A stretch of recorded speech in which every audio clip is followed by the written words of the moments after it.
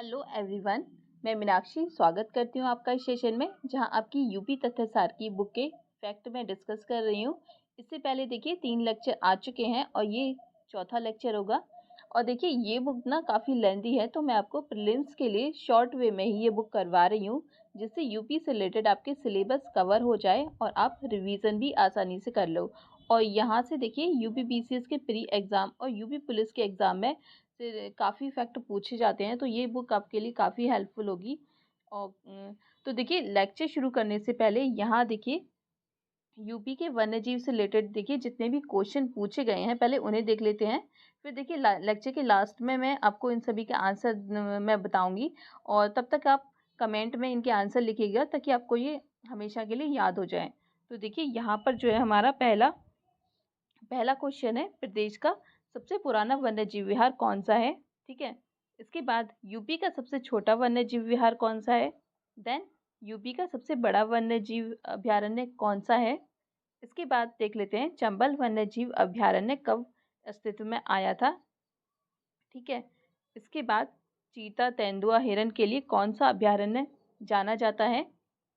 इसके बाद Suheldev wild life sanctuary जो है कहाँ पर स्थित है।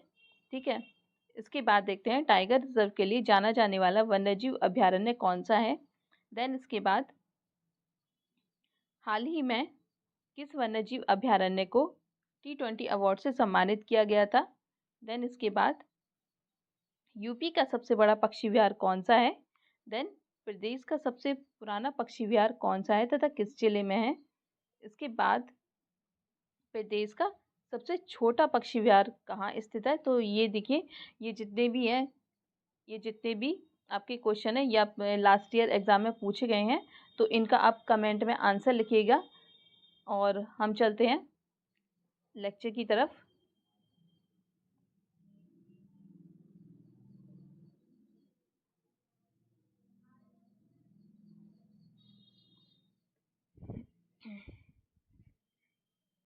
तो देखिए उत्तराखंड के गठन के बाद देखिए यूपी का अधिकांश वन क्षेत्र जो था वो उत्तराखंड में चला गया।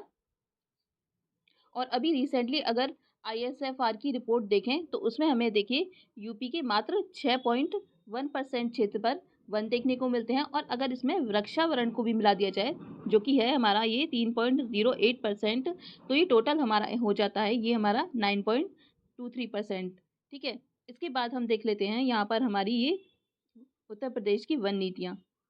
तो देखिए पहली वन नीति जो थी वो 1952 में आई थी, और जो दूसरी जो थी वो 1988 में आई थी। तो देखिए याद रखिएगा, यहाँ से फैक्ट वाइज ये वर्ष आपके पूछ लेते हैं। पहली 1952 में आई थी, देन उसके बाद 1988 में आई थी। और अभी जो नीति जो चल रही है वो देखिए 1998, जो पहली जो नीति थी जो संचालन हुआ था वो 1998 का हुआ था, और वर्तमान में जो देखिए ये 2017 वाली नीति जो है वो लागू है। इसके बाद देख लेते हैं हम यहाँ पर उत्तर प्रदेश के ये वन के टाइप्स देख लेते हैं।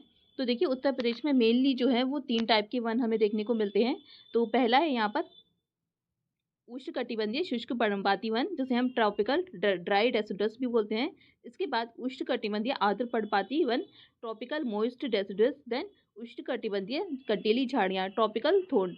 ठीक है, तो ये हमें 3 टाइप के हमें यहाँ पर वन देखने को मिलते हैं। और इसके बाद यहाँ पर देख लेते हैं कि इन वनों से होने वाले लाभ देखिए, ये भी कभी कभी आपसे पूछ लेता है, तो यहाँ पर देख लीजिए। सबसे पहले हमें हमारा देखिए कत्थे की प्राप्ति हेतु देखिए खैर वृक्ष का यूज़ किया जाता है। याद रखिएगा, खैर वृक्ष का यूज़ कत्थे की प्राप्ति के लिए एक बार क्वेश्चन में आ चुका है।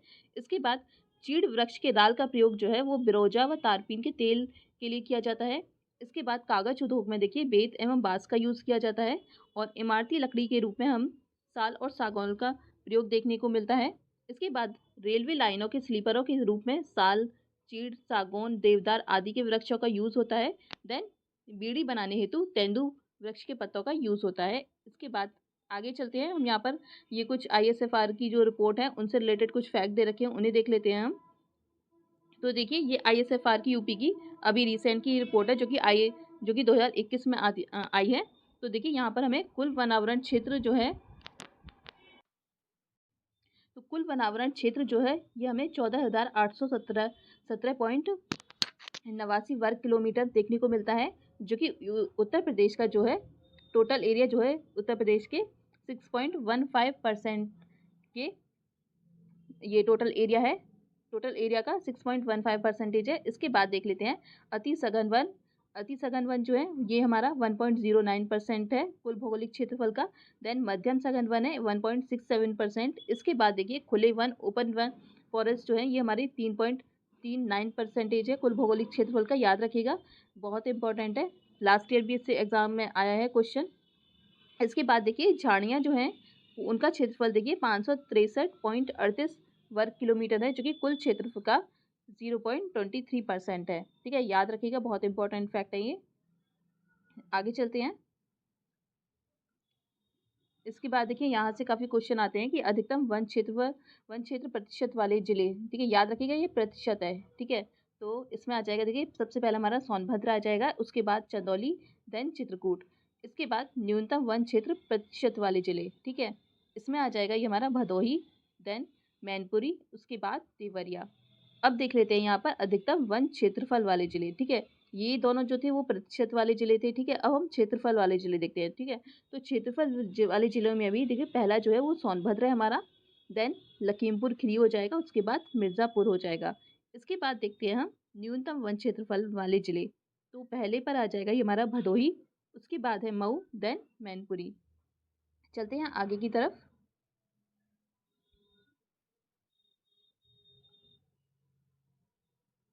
इसके बाद देखिए देखिए यहाँ पर हम कुछ वनों पर आधारित उत्तर प्रदेश के प्रमुख उद्योग देख लेते हैं। यहाँ से क्वेश्चन पूछे जाते हैं। तो देखिए बैंत, फर्नीचर, माचिस माचिस कत्था और प्लाईवुड का जो उद्योग है ये देखिए हमें यहाँ बरेली में देखने को मिलता है, नजीबाबाद एवं ज्वालापुर में देखने को मिलता है। याद रखिएगा। इसके बाद देखिए कागज उद्योग जो है ये हमें सहारनपुर में देखने को मिलता है। देन लकड़ी के खिलौने जो हैं ये हमें सोनभद्र, वाराणसी में देखने को मिलते हैं। इसके बाद खेल का सामान जो है ये हमें मेरठ में देखने को मिलता है। देन बीड़ी, चीनी मिट्टी के खिलौने ये हमें देखिए मिर्ज़ापुर, झांसी, बरेली और सहारनपुर में देखने को मिलते हैं। याद रखिएगा ये फैक्ट। ठीक है, इसके बाद आगे चलते हैं। तो देखिए उत्तर प्रदेश का वन महोत्सव जो था वो जुलाई 1952 में शुरू जो हुआ था। तो ये डेट आप याद रखिएगा, ये वर्ष पूछा जाता है एग्जाम में। जुलाई 1952 में ये शुरू हुआ था। और उसमें देखिए हमने ये वन महोत्सव सप्ताह जो था वो 1 से 7 जुलाई को हमें देखने को मिलता है। हर साल जो है हम 1 से 7 जुलाई को वन महोत्सव सप्ताह जो है वो मनाते हैं। इसके बाद देखिए वन महोत्सव आंदोलन का मूल आधार देखिए ये दे रखा है हमें, वृक्ष का अर्थ जल है और जल का अर्थ रोटी है और रोटी ही जीवन है। तो यहाँ से देखिए काफ़ी क्वेश्चन देखने को मिलते हैं, ये आप देख लीजिएगा। आगे चलते हैं। इसके बाद देखिए यहाँ पर कुछ उत्तर प्रदेश में वनों से संबंधित महत्वपूर्ण कार्यक्रम एवं योजनाएं हैं, ये यहाँ पर दे रखी हैं। तो देखिए यहाँ से भी कभी कभी ये वर्ष यहाँ पर ये देखिए ये सब जो दे रखे हैं यहाँ से क्वेश्चन आ जाते हैं। ये आपको मिलान करने के लिए बहुत क्वेश्चन देखने को मिलेगा। तो देखिए उत्तर प्रदेश में सामाजिक वानिकी योजना जो थी वो वर्ष 1979 में स्टार्ट हुई थी। याद रखिएगा, सामाजिक वानिकी योजना जो थी 1979 में स्टार्ट हुई थी। ठीक है, इसके बाद लखनऊ वृक्षारोपण परियोजना जो थी वर्ष 2004-05 में हुई थी। याद रखिएगा, लखनऊ वृक्षारोपण परियोजना 2004 और 5 में हुई थी। इसके बाद बांस रोपण एवं वन सुधार योजना जो थी वो वर्ष 2007-08 में स्टार्ट हुई थी। देन सघन वृक्षारोपण कार्यक्रम जो था 2005 और 6 में शुरू हुआ था। इसके बाद वृक्षारोपण विस्तार योजना जो थी 2007-08 में स्टार्ट हुई थी।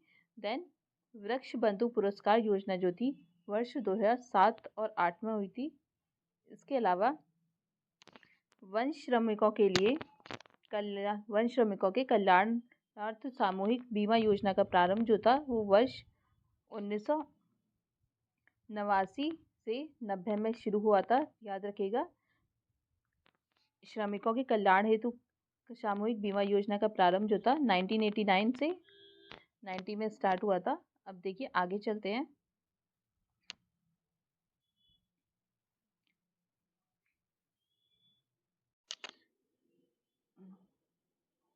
तो देखिए ग्रीन यूपी क्लीन यूपी से रिलेटेड कुछ फैक्ट हमें यहाँ पे दे रखे हैं, वो हम देख लेते हैं। तो देखिए ग्रीन यूपी क्लीन यूपी अभियान की शुरुआत देखिए यहाँ पर हमें यूपी सरकार द्वारा 7 नवंबर 2017 2015 में शुरू की गई थी। ठीक है। इसके बाद इसके तहत देखिए 11 जुलाई 2016 को 5 करोड़ से भी अधिक वृक्ष लगाने का रिकॉर्ड स्थापित किया गया था। और उसके बाद देखिए वित्त वर्ष 2019-20 में प्रदेश में 22.5 करोड़ पौधों को रोपण किया गया था। और तो ये आप याद रखिएगा, यहाँ से रिलेटेड ये आपको ये यहाँ पर ये पूछ लेगा आपसे, और एक ये भी पूछ सकता है आपसे। तो चलते हैं आगे की तरफ। अब देख लेते हैं यहाँ पर उत्तर प्रदेश में वन्य जीव से रिलेटेड चीज़ें कुछ। तो देखिए देश की प्रथम वन्य जीव परिरक्षण संगठन की स्थापना उत्तर प्रदेश में वर्ष 1956 में की गई थी, जिसका मेन कार्य जो था वो वन्य जीवों की सुरक्षा तथा उनको मैनेज करना था। इसके बाद आगे देखते हैं हम।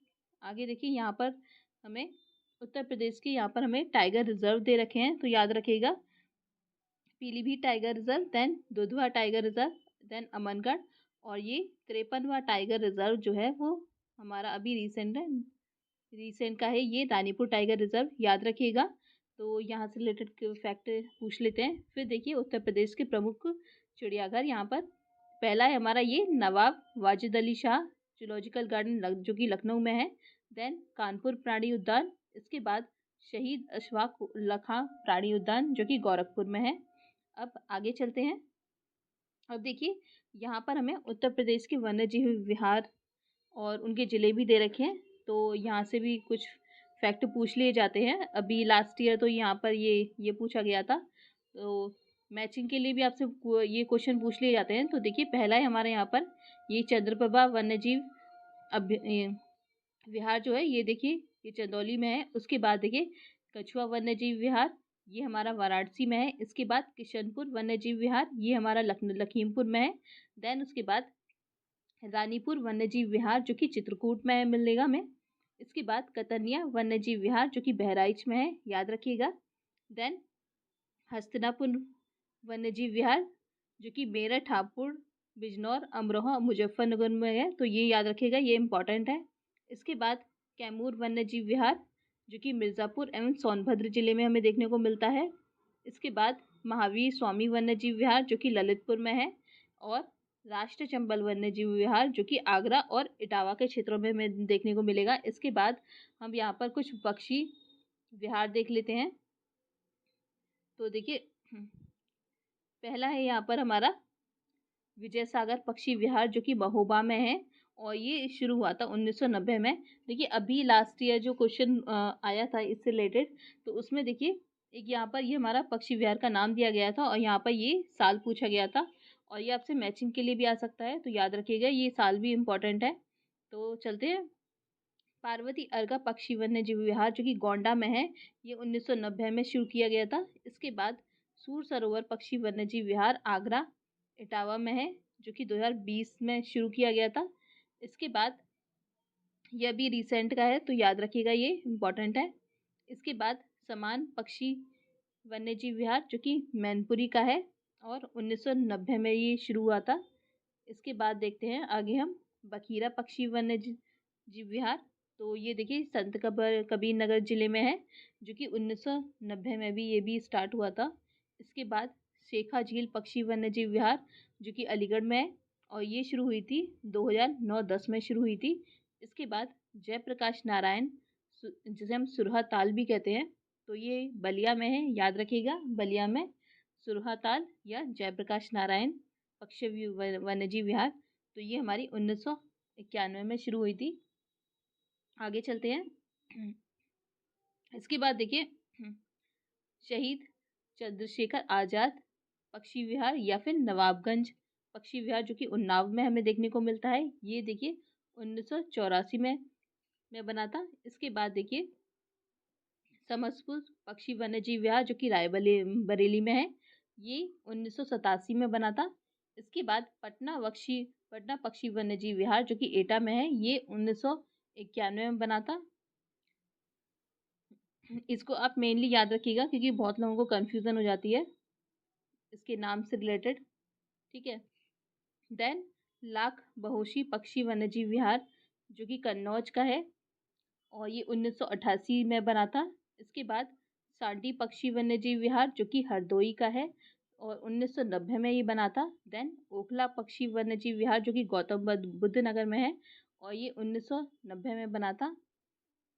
इसके बाद देखिए डॉक्टर भीमराव अंबेडकर पक्षी वन्यजीव विहार जो कि प्रतापगढ़ में है, और ये 2003 में बना था। इसके बाद देखते हैं आगे।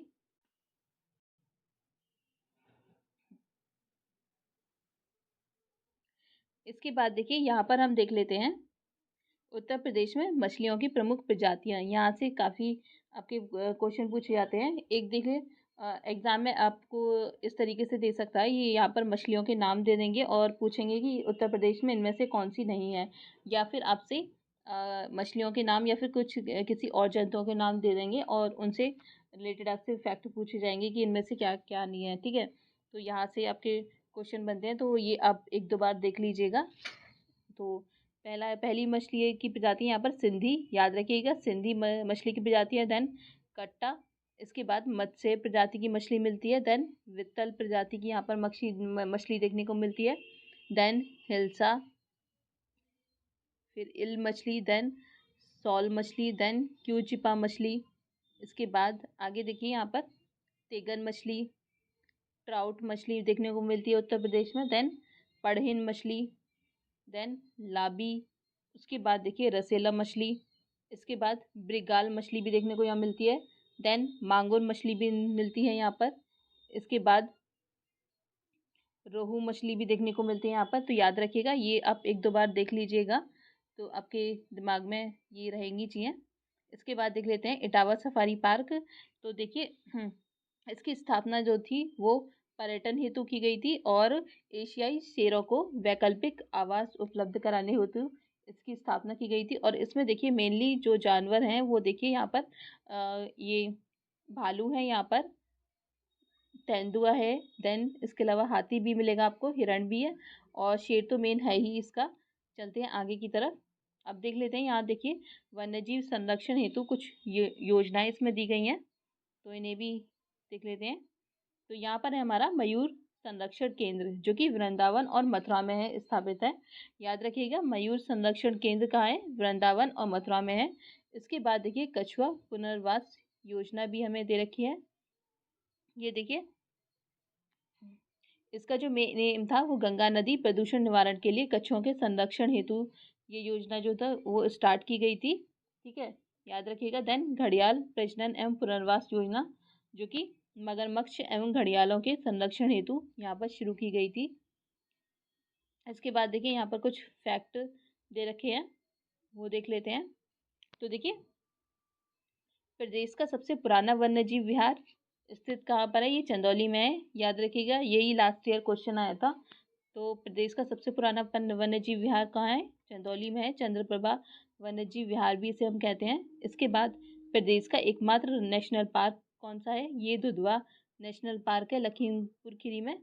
ठीक है, याद रखिएगा, दुधवा नेशनल पार्क। इसके बाद देखिए वर्ष 1987-88 में बाघ परियोजना में शामिल पार्क जो था वो देखिए दुधवा नेशनल पार्क था। याद रखिएगा, 1987-88 में बाघ परियोजना में शामिल उद्यान जो था वो दुधवा राष्ट्रीय उद्यान था। ठीक है, इसके बाद देखिए 9 जून 2014 को उत्तर प्रदेश सरकार द्वारा बाघ अभ्यारण्य का दर्जा प्रदान किया गया, वो पीलीभीत वाइल्ड लाइफ सेंचुरी को दिया गया था। याद रखिएगा, टाइगर रिजर्व का दर्जा जो था वो पीलीभीत वाइल्ड लाइफ सेंचुरी को दिया गया था। डेट याद रखिएगा, 9 जून 2014 को। ठीक है, इसके बाद देखिए प्रत्येक वर्ष अक्टूबर माह के प्रथम सप्ताह 1 से 7 अक्टूबर को मनाया जाता है। तो ये देखिए ये वन्य प्राणी सप्ताह मनाया जाता है, वन्य प्राणी सुरक्षा सप्ताह मनाया जाता है 1 से 7 अक्टूबर को। याद रखिएगा। इसके अलावा आप कमेंट में बताइएगा कि डॉल्फिन डे कब मनाया जाता है। ठीक है, कमेंट में आप बताइएगा कि डॉल्फिन डे हमारा कब मनाया जाता है। चलते हैं अब यहाँ पर हम उत्तर प्रदेश के रामसर वेटलैंड साइट से रिलेटेड। ठीक है, तो यहाँ से मिलान करने को आपको क्वेश्चन आ जाता है, तो देख लेते हैं। तो उन्नाव से देखिए नवाबगंज पक्षी विहार। ठीक है, ये उन्नाव में हमें देखने को मिलेगा। इसके बाद पार्वती अर्गा पक्षी विहार जो कि गोंडा में है। याद रखिएगा, पार्वती अर्गा पक्षी विहार जो कि गोंडा में है। इसके बाद समान पक्षी विहार जो कि हमारा मैनपुरी में है। देन इसके बाद रायबरेली में समसपुर पक्षी विहार मिलेगा हमें देखने को। देन इसके बाद बखीरा वन्यजीव विहार जो कि संत कबीर नगर जिले में है और जून 2021 में शामिल हुआ है रिसेंटली, ठीक है, याद रखिएगा। इसके बाद देखिए हरदोई में सांडी पक्षी विहार, याद रखिएगा, हरदोई में सांडी पक्षी विहार, ठीक है। इसके बाद देखिए इटावा में सरसई नवार झील, ठीक है। देन उसके बाद आगरा में सूर सरोवर। उसके बाद देखिए ऊपरी गंगा नदी अपर गंगा जो नहर है, ठीक है, उससे रिलेटेड है। तो ये है ब्रज घाट से नरौला तक है ये हमारी, ठीक है। इसके बाद देखिए मुजफ्फरनगर और बिजनौर में हैदरपुर वेटलैंड देखने को मिलेगा, ठीक है। अभी एक और चीज़ आप पीछे छूट गई थी, वो आप देख लीजिएगा। हाँ देखिए पीछे देखिए ये वाली चीज़ छूट गई थी, तो आप ये देख लीजिएगा कि एक वन्य जीव विहार देखिए सोहागी बरवा वन्य जीव विहार जो कि महाराजगंज में है, याद रखिएगा। सोहागी बरवा वन्य जीव विहार महाराजगंज में है। देन सुहेलवा वन्य जीव विहार बलरामपुर गोंडा श्रावस्ती में है, याद रखिएगा। सुहेलवा वन्य जीव विहार बलरामपुर गोंडा श्रावस्ती में। वहीं सुहागी बरवा वन्य जीव विहार ये हमें महाराजगंज में देखने को मिलेगा। इसके बाद देखिए अब हम यहाँ पर मैप देखेंगे। यहाँ पर हमें देखिए बर्ड सेंचुरी के मैप देखेंगे, जिससे आपकी चीज़ें और दिमाग में बैठेंगी मैप से। तो देखिए समान पक्षी विहार कहाँ पर है, ये हमें मैनपुरी में देखने को मिलता है, याद रखिएगा। समान पक्षी विहार मैनपुरी में। इसके बाद देखिए लाख बहुशी पक्षी विहार जो है ये हमें कन्नौज में देखने को मिलता है, ठीक है। लाख पक्षी विहार जो है कन्नौज में है। इसके बाद सांडी पक्षी विहार जो है ये हमें हरदोई में देखने को मिलता है। सांडी पक्षी विहार हरदोई में देखने को मिलता है। तो देखिए तीनों जो हैं वो बिल्कुल बॉर्डर में है। इसके बाद आगे चलते हैं। यहाँ देखिए यहाँ हमारा है ये बखीरा पक्षी विहार जो कि देखिए संत कबीर नगर जिले में है, याद रखिएगा। बखीरा पक्षी विहार संत कबीर नगर जिले में, ठीक है। नेक्स्ट चलते हैं। यहाँ देखिए बलिया में हमारा है ये जयप्रकाश नारायण पक्षी विहार, जिसे हम सुरहा ताल भी बोलते हैं, याद रखिएगा। सुरहा ताल बलिया में और जयप्रकाश नारायण पक्षी विहार बलिया में, ठीक है। इसके बाद देखिए डॉक्टर भीमराव अंबेडकर पक्षी विहार जो है ये प्रतापगढ़ में है, याद रखिएगा। डॉक्टर भीमराव अंबेडकर पक्षी विहार प्रतापगढ़ में। इसके बाद देखिए समसपुर पक्षी विहार जो है ये रायबरेली में है, ठीक है। समसपुर पक्षी विहार रायबरेली में। आगे चलते हैं।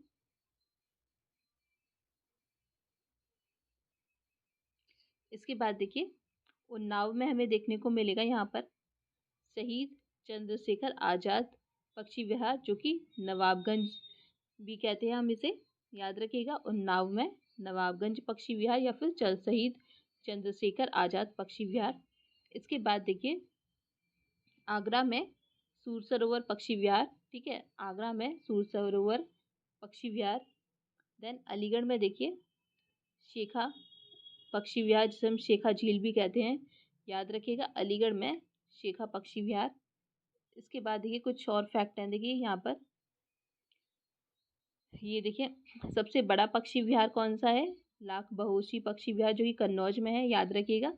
सबसे बड़ा पक्षी विहार लाख बहोशी पक्षी विहार जो कि कन्नौज में है। इसके बाद सबसे छोटा पक्षी विहार शेखा झील है जो कि अलीगढ़ में है,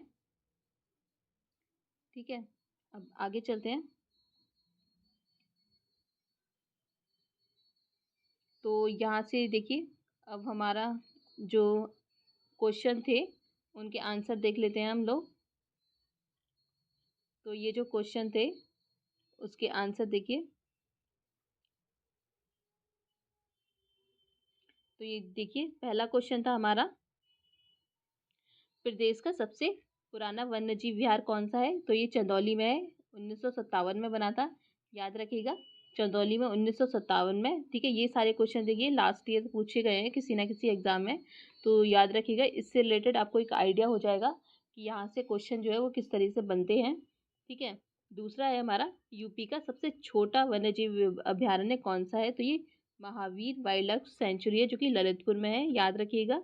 सबसे छोटा वन्यजीव अभयारण्य कौन सा है? महादेव स्वामी वाइल्ड लाइफ सेंचुरी है, ठीक है। और सबसे छोटा ये पक्षी विहार कौन सा था? अभी हमने देखा शेखा झील था, ठीक है, याद रखिएगा। इसके बाद यूपी का सबसे बड़ा वन्यजीव अभयारण्य कौन सा है?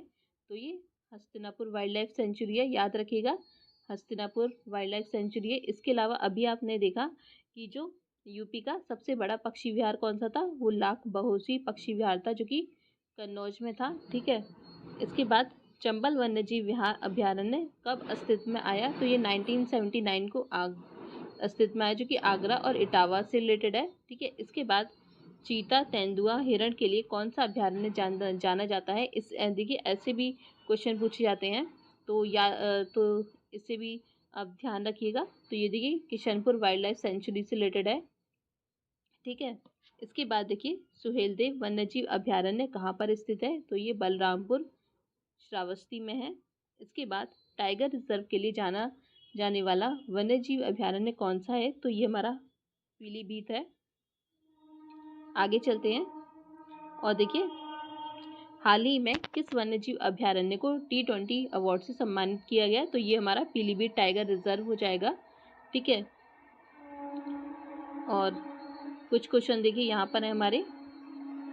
तो ये अभी आपने देखा यूपी का सबसे बड़ा पक्षी विहार लाख बहोशी पक्षी विहार, और प्रदेश का सबसे पुराना पक्षी विहार चंद्रशेखर आज़ाद बर्ड सेंचुरी, जो कि उन्नाव में है, याद रखिएगा। पुराना पक्षी विहार जो है वो चंद्रशेखर आज़ाद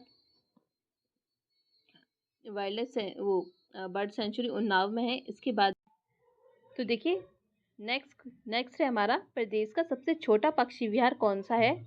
तो आई थिंक इसमें कुछ मिसप्रिंट है, ये होगा हमारे यहाँ पर, ये वाइल्ड लाइफ सेंचुरी होगी, ठीक है। तो वाइल्ड लाइफ सेंचुरी जो है वो सबसे स्मॉलेस्ट जो है वो पटना